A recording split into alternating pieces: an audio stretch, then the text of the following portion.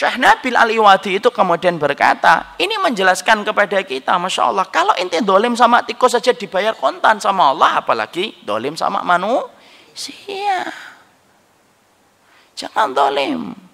Berat ente kalau kemudian dolim. Yang berat itu bukan rindu, dolim. Itu berat. Makanya kemudian sampai Nabi mengatakan babani maftuhani muajjalan, ada dua dosa yang Allah akan berikan kontan itu balasannya sebelum kita mati, yaitu durhaka sama orang tua dan dolim, Pak. Dolim itu utang, kalau kamu nggak bayar hari ini, besok, kalau nggak besok, lusa. Tapi sebelum ente mati, kamu harus membayar kedoliman yang pernah kamu torehkan kepada orang. Ente mau berjenggot, nggak berjenggot, cingkrang, nggak cingkrang, ente bisa baca kitab, anda bisa baca kitab, ente faham Quran, anda faham Quran, ente dolimin orang, kelar. Ente sebelum mati pasti akan dibalas oleh Allah Subhanahu wa taala. Pasukan Amerika itu yang membunuh kaum muslimin, pasukan Amerika yang membunuh kaum muslimin, Pak. Yang ada di mana itu? Yang membunuh kaum muslimin di Irak, di Afgan. Pasukan Amerika itu balik ke negara mereka itu stres berat, Pak, mereka. Sampai mereka harus menghadap ke psikiater itu. Cuma ditutup aja faktanya sama Amerika itu. Amerika itu kalau menghadapi muslimin itu sekarang sudah stres, Pak, mereka itu. Makanya mereka selalu menggunakan apa? Kekuatan koalisi, Pak. Bapak paham ya? Koalisi itu artinya apa? Bareng-bareng. Karena memang orang kafir itu, Pak, kalau sudah menghadapi Islam kok bareng-bareng itu berarti mulai stres, Pak. Masa Ustaz? Iya. Coba lihat musyrikun ketika menghadapi Nabi pertama kali. Tidak pakai koalisi. Dia jadilah perang Uhud, perang Badar, perang Uhud. Tapi ketika sudah mendapati Islam semakin kuat, akhirnya ada perang Ahzab. Perang Ahzab itu disebut apa? Koalisi. Pulang-pulang stres dia. Itu menunjukkan kepada kita jangan dolimin orang, Pak.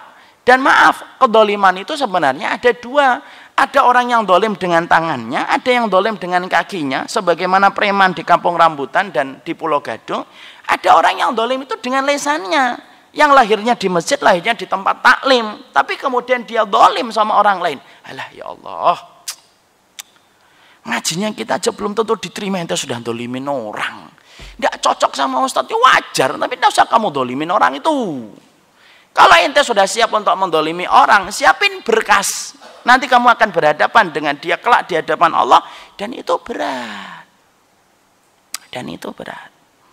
Makanya sampai kita kemudian dikisahkan ada satu sahabat di fitnah, didolimi sama orang tabi'in. Coba, yang memfitnah tabi'in, seorang sahabat. Siapa itu? Sa'ad bin Abi Waqqas. Sa'ad bin Abi Waqqas kemudian seorang sahabat besar yang doanya sering dikabulkan oleh Allah, kan? Saking kemudian mustajabnya doa Sa'ad bin Abi Waqqas, kalau Sa'ad bin Abi Waqqas itu sudah berdoa ngangkat tangan, sebelum turun sudah dikabulkan sama Allah, insyaallah. Kalau kita kan naik turun nggak dikabulkan. Sa'ad bin Abi Waqqas itu sebelum turun sudah dikabulkan. Loh, difitnah sama Usamah bin Qatadah.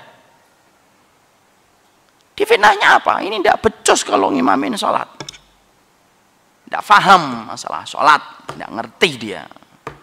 Nyampe itu ke telinganya Sa'ad bin Abi Waqqas, nyampe juga kepada Umar bin Khattab. Saat itu Sa'ad bin Abi Waqqas juga menjadi gubernur di Kufah, Pak.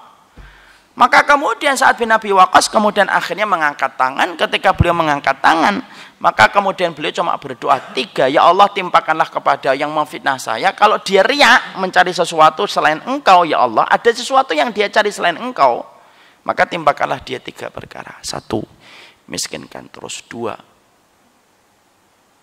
jadikan umurnya panjang. 3, kasih fitnah sebelum mati, Pak. Dan 3-tiganya dikabulkan oleh Allah. Ibarat sinetron itu ada suara petirnya, jeder, 3 Pak, langsung. 3-tiganya dikabulkan oleh Allah, Pak. Usamah bin Qatadah yang memfitnah Sa'ad bin Abi Waqqas itu, lalu kemudian miskin terus, panjang umurnya, bahkan kemudian ketika sebelum mati, kesukaannya apa? Godain perempuan yang lalu lalang di pinggir jalan. Sampai ditanyakan kepadanya, loh ente itu sudah tua, alismu itu sudah beruban, masih godain perempuan. Dia berkata, inilah bayaran yang saya harus bayar ketika saya pernah mendolimi Sa'ad bin Abi Waqqas dan doanya dikabulkan oleh Allah. Padahal tabiin, Pak. Hasan bin Sabit itu pernah memfitnah dan mendolimi Aisyah radhiyallahu anha. Padahal Hasan bin Sabit itu beliau seorang sahabat luar biasa. Tapi terpeleset, namanya sahabat. Tetap mereka tidak maksum. Pernah ikut-ikut kemudian memfitnah ibunda Aisyah berzina. Apa yang terjadi? Buta Hasan bin Sabit. Padahal ini penyairnya Nabi. Ketika kemudian disampaikan berita butanya Hasan bin Sabit kepada Aisyah, Aisyah cuma berkata, saya berprasangka itu merupakan bagian dari hukuman yang harus dia balas ketika dulu memfitnah saya. Itu kata Ibunda Aisyah. Loh, kalau sahabat tabi'in pernah terpleset ketika itu berkaitan kedoliman, Pak, dibayar kontan. Apalagi anak, Pak. Apalagi bapak. Mentang-mentang kita ngamalin sunnah gitu, kemudian soft yang pertama kita ngisi itikaf, kemudian kita ikut kajian Riyadhus Shalihin, kemudian dolimin orang. Loh, kok enak? Kok enak bener ente jadi orang? Terus kemudian ente halal gitu dolimin orang? Masalah kita tidak sepakat, wajar lah. Kalau semuanya harus kita sepakati, tidak bisa lah, Pak. Tapi kalau saya tidak suka sama orang, saya tidak akan dolimin lah. Saya akan berusaha untuk kemudian menjaga haknya sebagai seorang muslim. Itu yang kita harus lakukan.